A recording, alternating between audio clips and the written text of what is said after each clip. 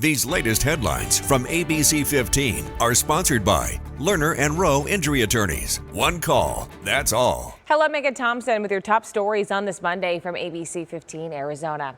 And we are keeping an eye on the courts this morning. The murder of Allison Feldman is now set to go to trial, with jury selection expected to begin today.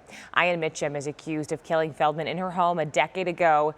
It's a story ABC15 has been following very closely. Our team will be providing updates on the trial on air and on ABC15.com.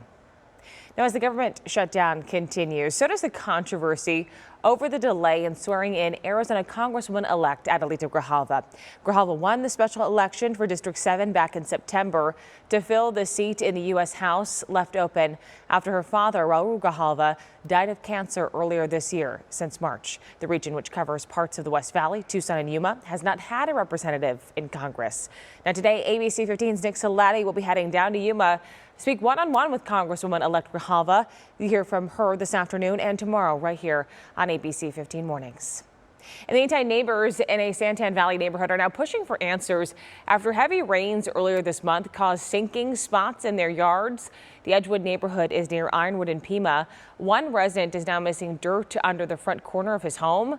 Others have gaps several feet long under their driveways or holes in their front yards, and even parts of the street has sunken in. So you're trying to figure out now is who's responsible for fixing what? Yeah, we would dearly love to just simply go back, reverse time if we could, and put it back to where it was, but know that it's safe. ABC 15 did reach out to the builder by phone, by email on Friday, but we still have not heard back yet. The Arizona Register of Contractors, which oversees builders in our state, has received 2 complaints from Edgewood residents about the sinking spots, so we will follow up.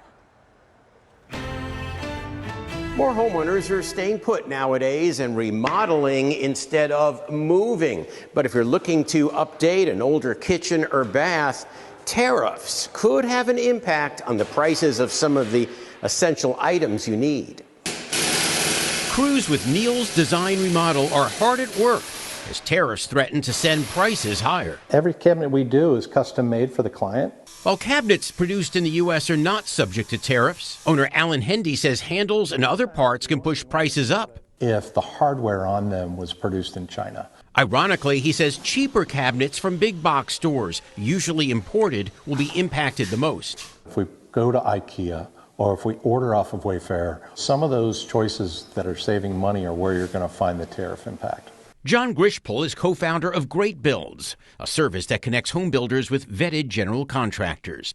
His advice, if you want a specific cabinet or vanity sourced outside the U.S., buy now. Suppliers may have inventory that was imported prior to tariffs taking effect. If you can get access to that inventory, you may be able to get a good deal on it. To save on cabinets, he says keep the existing boxes and paint or replace the doors, and opt for a less expensive stone countertop like quartz. Beyond the materials, Grishpol says keep the existing layout of your kitchen or bath. There's a lot more costs that are involved with relocating all of those utilities. And keep changes to a minimum. Finally, Hendy says don't make the mistake of waiting a year or two for lower prices. Labor is not getting any less expensive. I don't ever see a year where prices go down dramatically. If you're thinking about an upgrade, plan for sooner rather than later so you don't waste your money. John Matteries, Scripps News Group.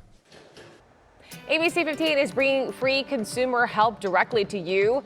Our On the Road with Let ABC 15 Know event is coming to Tempe Marketplace next Wednesday, November 5th. That's from 5 to 7 p.m. Dozens of legal and consumer experts will be there to give free advice on landlord issues. For more information, head to abc15.com/consumer.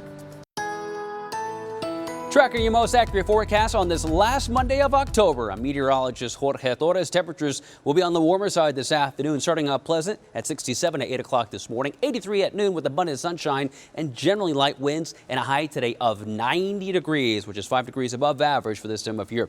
And we'll see similar temperatures across southwestern Arizona, anywhere from 90 in Phoenix to 91 in Gila Bend, 92 in Ajo, and up in the high country along the rim today, we'll keep highs in the mid to upper 60s and even lower 70s in a few locations. And it will be a warm start to the week still, with temperatures each and every day through at least Wednesday in the valley, up anywhere from 90 to 92 degrees, 5 to 6 degrees above average for this time of year. In fact, we'll keep the 90s in the forecast through at least Thursday now in the metro. Then we drop them just in time for Halloween, with highs that day in the upper 80s. In the high country, we'll keep your highs generally in the 50s and 60s for the next 7 days, with chilly overnight lows staying in the upper 20s, lower 30s all the way through the first weekend of November. For the latest headlines, weather, and traffic, head to abc15.com, or you can download our free ABC15 mobile app. These latest headlines from ABC15 are sponsored by Lerner and Rowe Injury Attorneys. One call, that's all.